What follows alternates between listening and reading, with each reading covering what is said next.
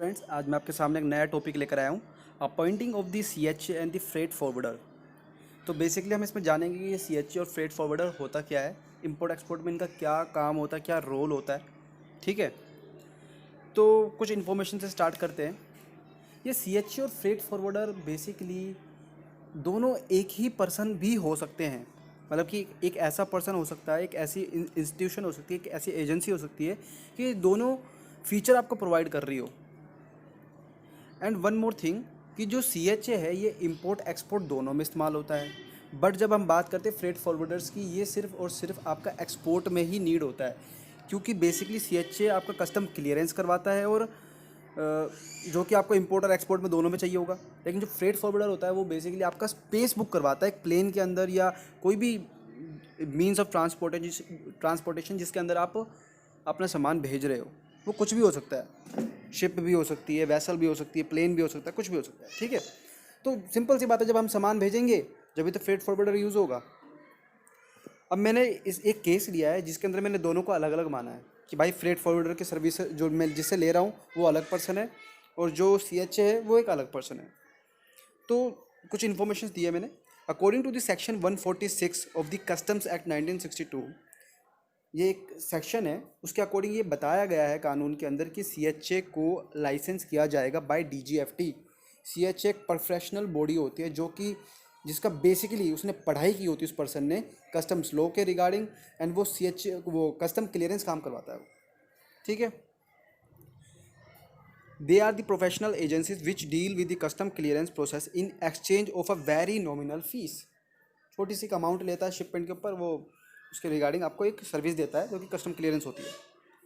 फिर आता है फ्रेट फॉरवर्डर्स। अब जैसे कि CHA जो होते हैं वो DGFT लाइसेंस करती है, जो फ्रेट फॉरवर्डर्स होते हैं वो आईटा एजेंट्स को लाइसेंस करती है, आईटा एजेंट्स करते हैं। आईटा का मतलब हो गया इंटरनेशनल एयरपोर्ट ट्रांसपोर्टेशन अथॉरिटी। ठीक है, या association, sorry, international airport air transportation authority. ठीक है, ये एक कंपनी है, ये सॉरी एक ऑर्गेनाइजेशन है गवर्नमेंट की, वो लाइसेंस करती है आईटा सॉरी फ्रेट फॉरवर्डर्स को। इसके लिए भी इनको पेपर देना पड़ता है, वो क्लियर करते हैं वो पर्सन, तो उनको लाइसेंस मिलता है, फिर उसके रिगार्डिंग वो ये काम कर सकते हैं स्पेस बुक करवाने का। ठीक है, booking of shipment. After booking of shipment CHA has to do his work and he got the receipt. अब एक बात सुनो, पहले काम किसका है? फ्रेट फॉरवर्डर का।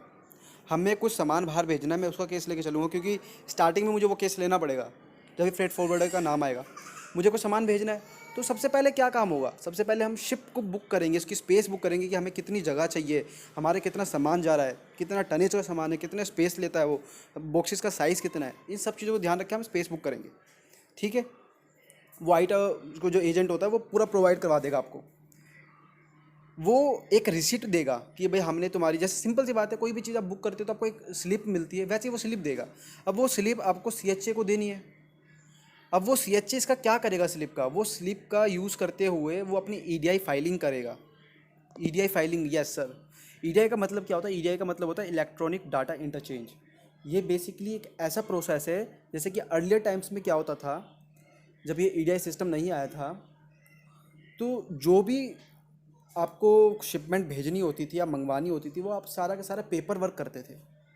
आप एक प्रिंट पे ले जाते थे, प्रिंट पेज पे ले जाते थे कि भाई इतनी इतने डब्बों की मेरी शिपमेंट जा रही है, इस नाम पे जा रही है, इस कंपनी को जा रही है, ये सब चीज़ें सारी डिटेल्स उनको पेपर में देते थे। वो फिजिकल एग्जामिनेशन होते थे, ऐसे वो पेपर में देखता था, टिक मारता था, उस बॉक्सेस को आगे फिजिकल एग्जामिन करता था, फिर आगे भेजता था, ऐसे करके होता थी। लेकिन आज के टाइम में पेपरलेस करने के टाइम में इन्होंने क्या किया, एक EDI सिस्टम ला दिया जिसके थ्रू आप सारा का सारा काम ऑनलाइन करते हो। आप प्रॉपर एक एक्सेल शीट में अपनी फाइल बनाते हो कि किस पर्सन के नाम पे जा रही है, कितना वेट है, कितना क्या है, सब कुछ बनाते हो। उसको एक सॉफ्टवेयर की मदद से आप उसको एक फॉर्मेट में कन्वर्ट करते हो, दैट इज़ बेसिकली XML। ठीक है, लेकिन अलग भी हो सकता है, डिपेंड करता है।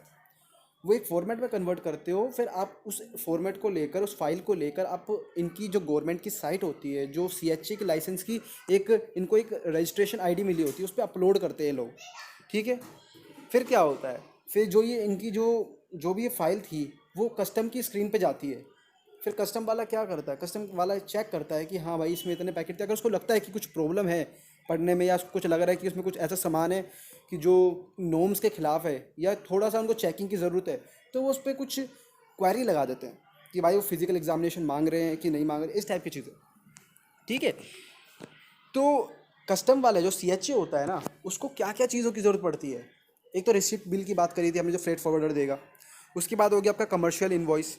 ठीक है। एक हो गया अगर इंश्योरेंस, अगर किसी उस कंपनी वाले ने, जो भी एक्सपोर्टर है, उसने अगर इंश्योरेंस करवा रखा है, तो वो उसकी रिसीट देगा, उसको सर्टिफिकेट देगा। ठीक है। पैकिंग लिस्ट हो गया। पैकिंग लिस्ट कमर्शियल इनवॉइस आजकल की टाइम में सेम होने लग गया, उसमें इनवॉइस के नीचे ही वो पैकिंग लिस्ट का भी काम कर देते हैं, और ये अलग भी हो सकते हैं। फिर आता IEC। IEC मतलब क्या होता है, इंपोर्टर एक्सपोर्टर कोड। ये बहुत ज़्यादा ज़रूरी चीज़ है। जब CHA वाला बंदा फाइल करता है ना, तो वो ऊपर प्रॉपर बताएगा कस्टम वालों को कि भाई मैंने इंपोर्टर एक्सपोर्टर कोड क्या है, उसका उस कंपनी वाले का जो एक्सपोर्टर है उसका GST नंबर क्या है। ठीक है। ये सारी चीज़ें।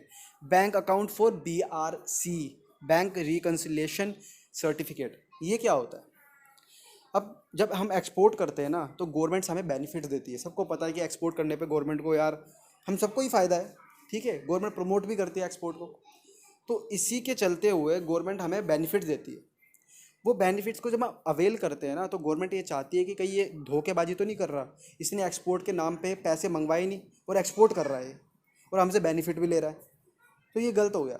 तो ये BRC बैंक देती है आपको certificate against the exports you have done. जो भी आप एक्सपोर्ट करोगे उसके रिगार्डिंग जो आपको पैसे मिलेंगे ना, उससे ये सर्टिफिकेट बनता है कि हाँ भाई इसको पैसे मिलते आ रहे हैं। ठीक है। इसको पिछले शिपमेंट्स में पैसे मिले थे, सब कुछ प्रॉपर मिले थे। इससे गवर्नमेंट को एश्योर्ड हो जाती है कि हाँ जो ये एक्सपोर्ट कर रहा है वो जेन्युइन है। इस टाइप का ये होता है। ठीक है। अब मैंने इस केस में मान के चला है कि ये CIF टर्म्स में है। ये CIF क्या होता है, ये कोस्ट इंश्योरेंस फ्रेट है। ये बेसिकली एक इनको टर्म्स है। इनको टर्म्स के ऊपर मैं वीडियो लेकर आऊँगा। ठीक है। 1-2 दिन या 2-3 दिन में मैं लेकर आऊँगा सारी के सारे ऊपर। तो ये बेसिकली होता क्या है, इसका मतलब ये होता है कि जो एक्सपोर्टर ने इंपोर्टर को पैसे बताए हैं कि यार मैं इतने रुपए का सामान है, सारा जितना आपने मंगाया है, उसके अंदर ये सारी की सारी चीज़ें इंक्लूड है। मैं बेसिकली आपको एक बार इनको टर्म्स की मीनिंग बता देता हूँ। इनको टर्म्स का मतलब ये होता है, इनको टर्म्स बहुत सारी होती है, 7-8 तरीके की होती है। ये बताती है कि इंपोर्टर और एक्सपोर्टर के बीच में क्या क्या रिस्पॉन्सिबिलिटी है, कहाँ तक इंपोर्टर की रिस्पॉन्सिबिलिटी है, कहाँ तक इंपोर्टर अकाउंटेबल है, कहाँ तक एक्सपोर्टर अकाउंटेबल है, और कहाँ तक एक्सपोर्टर की रिस्पॉन्सिबिलिटी, इन सारी चीज़ों के बारे में बताता है। अब मैंने बोला CIF टर्म्स। CIF का मतलब हो गया जो एक्सपोर्टर ने आपको प्राइस कोट किया है इंपोर्टर को, वो सारा का सारा इन तीनों चीज़ों से मिल के बना हुआ है। अगर मेरी 100 रुपये की कॉस्टिंग है ना, तो मैंने ये तीनों चीज़ें, cost, insurance and freight. Cost तो सिंपल सी बात है, जो मेरी प्राइस की कोस्ट है, लेकिन इंश्योरेंस और फ्रेट को मिलाकर मैंने उसको बताया कि 200 रुपये का सामान है, तो उसका मतलब कि ये तीनों चीज़ें उसमें इंक्लूडेड है। आपको एक्स्ट्रा पे करने की जरूरत नहीं, लेकिन इसके अलावा जो भी चाहे कस्टम ड्यूटी होती है, कुछ भी होती है, वो आपको पे करनी पड़ेगी इंपोर्टर को अपने जेब से। ठीक है। ये सारी तरह की चीज़ें होती है। ये सब पहले ही डिसाइड हो जाता है इंपोर्ट एक्सपोर्टर के बीच में। ठीक है। अब जब कस्टम वाला CHA एजेंट जब फाइलिंग करता है ना, तो वो क्या करता है बेसिकली, वो शिपिंग बिल रेडी करता है। एक्सपोर्टिंग के लिए शिपिंग बिल होता है, और इंपोर्टिंग के लिए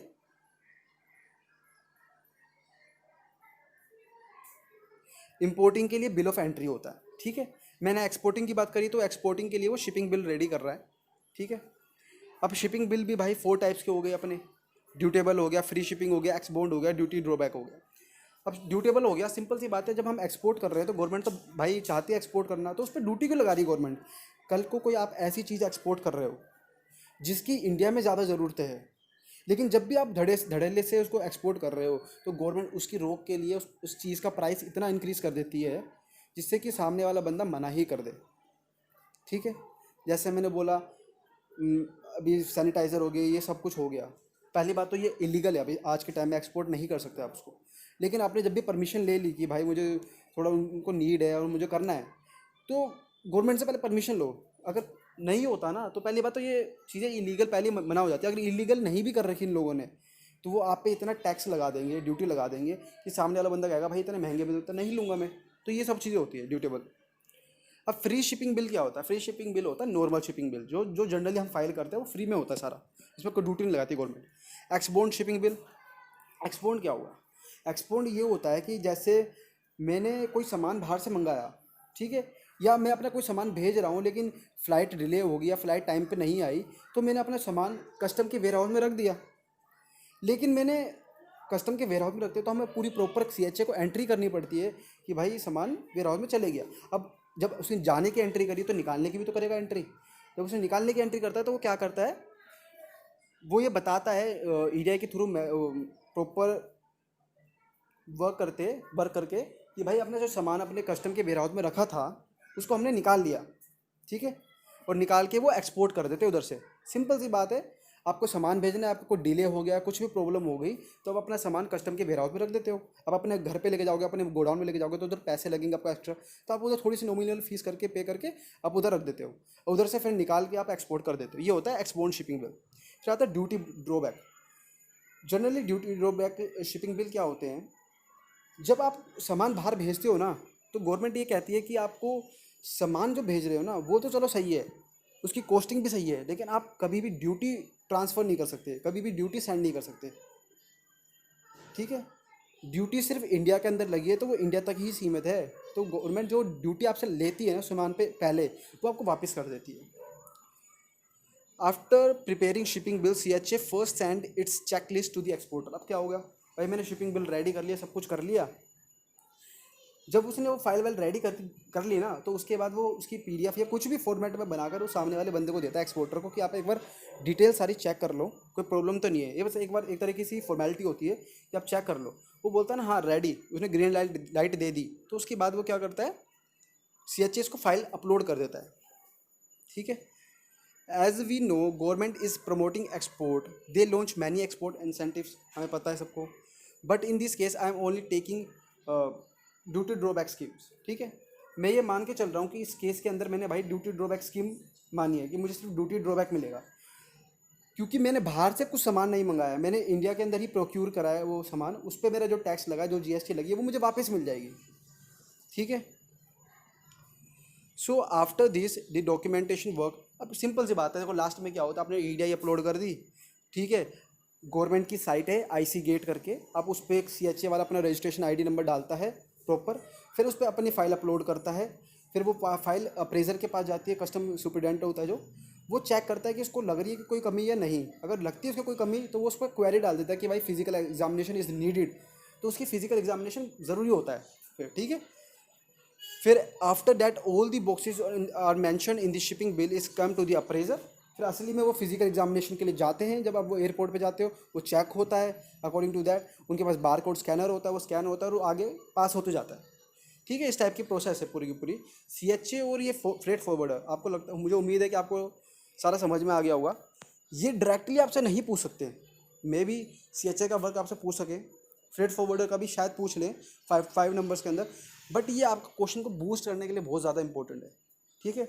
ये आपको किसी क्वेश्चन के साथ में मिलेगा कि हाँ भाई सीएचए का क्या काम है, बीच में पहले कुछ क्वेश्चन पूछ लिया फिर सीएचए का काम है, तो ये आपका क्वेश्चन, आपको जो आप ये पढ़ के जाओगे ना, आपको बहुत ज़्यादा हेल्प मिलेगी इससे, क्योंकि मुझे भी मिली थी, इसलिए मैं बता रहा हूँ, ठीक है। I hope you like this video, thank you very much.